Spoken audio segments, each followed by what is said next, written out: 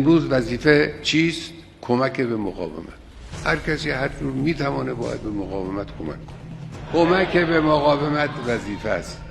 کمک به رژیم صهیونیستی جنایت است، خیانت است. بعضی از دولت‌های مسلمان متاسفانه این جنایت رو مرتکب میشن. بدانند ملت‌های مسلمان رو فراموش نخواهند کرد.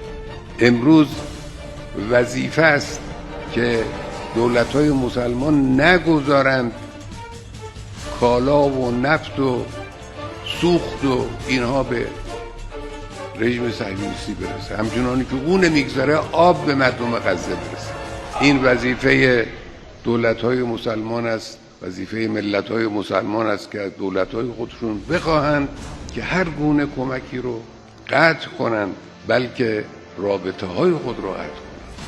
اگر قادر نیستند رابطه خود رو به طور دائم قطع کنن، لااقل به طور موقت قطع کنن روابط خودشون، فشار بگذارن روی این عنصر خبیث ظالم خونخوار سفاک